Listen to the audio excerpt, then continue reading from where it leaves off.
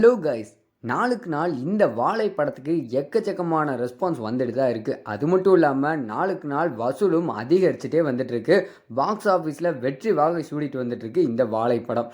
நம்ம இயக்குனர் மாரி செல்வராஜ் தான் இந்த படத்தை இயக்கியிருக்காரு. அதோடு மட்டும் இல்லாமல் இந்த படத்தை தயாரிச்சிருக்கிறதும் அவர் தான்.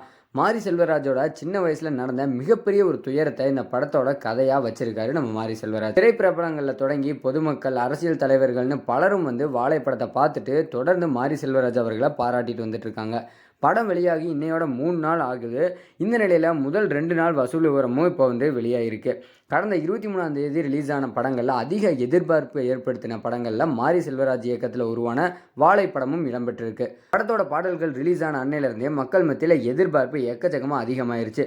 குறிப்பாக பாதவத்தி பாடல் ரிலீஸ் ஆனப்போ பலரோட மனசுலையும் ஒரு ரணத்தை உண்டாக்குன விதமாக இருந்தது.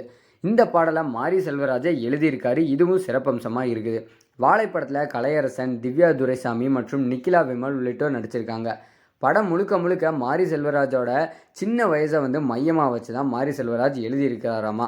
அது மட்டும் இல்லாமல் மாரி செல்வராஜ் எழுதின புத்தகங்களான மறக்கவே நினைக்கின்றேன், தாமிரபரணியில் கொல்லப்படாதவர்கள் மற்றும் தற்போது வார இதழில் எழுதி வரும் சம்மடி ஆட்டம் ஆகியவற்றை வாசிக்கிறவங்களுக்கு வாழை படத்து மேலே தனி எதிர்பார்ப்பே உண்டாயிருக்கு.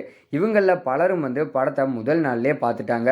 படம் பார்த்த இயக்குனர் பாலா மற்றும் சூரி மாரி செல்வராஜுக்கு முத்தத்தை கொடுத்து தங்களோட பாராட்டுக்களை தெரிவிச்சிருக்காங்க. நடிகர் தங்கதுரை அழுதுகிட்டே மாரி செல்வராஜை கட்டி பிடிச்சி கதறது நம்ம பார்த்துருந்துருப்போம். இது தொடர்பான வீடியோக்கள் எல்லாமே சோஷியல் மீடியாவில் பயங்கரமாக பரவிட்டு வந்துட்டுருக்கு. இயக்குனர் இமயம் அப்படின்னு சொல்லக்கூடிய பாரதி ராஜாவும் மிகப்பெரிய பெருமையாக இந்த மாரி செல்வராஜோட படத்தை பாராட்டியிருக்காரு. விடுதலை சிறுத்தைகள் கட்சி தலைவர் தொல் திருமாவளவன் அவர்களும் வாழை படத்தை பார்த்ததுக்கப்புறமா சென்னையில் இருக்கக்கூடிய மாரி செல்வராஜ் அவர்களோட வீட்டுக்கே நேரடியாக சென்று பாராட்டியிருக்காரு. இது தொடர்பான வீடியோ ஒன்றை மாரி செல்வராஜ் தன்னோட எக்ஸ் பக்கத்துலையும் பகிர்ந்திருக்காரு. மேலும் படத்தில் நடிச்சிருந்த சிறுவர்களையும் பாராட்டியிருக்காரு. அதே போல் மாரி செல்வராஜ் அவருடைய தாயார், தந்தையார் உள்ளிட்ட பலரையும் சால்வை அணிவித்து கௌரவிச்சிருக்காரு. மாரி செல்வராஜுக்கு சில புத்தகங்களையும் அவர் பரிசளிச்சிருக்காரு. இந்த வகையில் பார்க்கும்போது 23ஆம் தேதி ரிலீஸ் ஆன இந்த படத்துக்கு முதல் நாள் வசூல் அப்படின்னு பார்க்கும்போது 1.15 கோடி வசூலாகிருக்கு.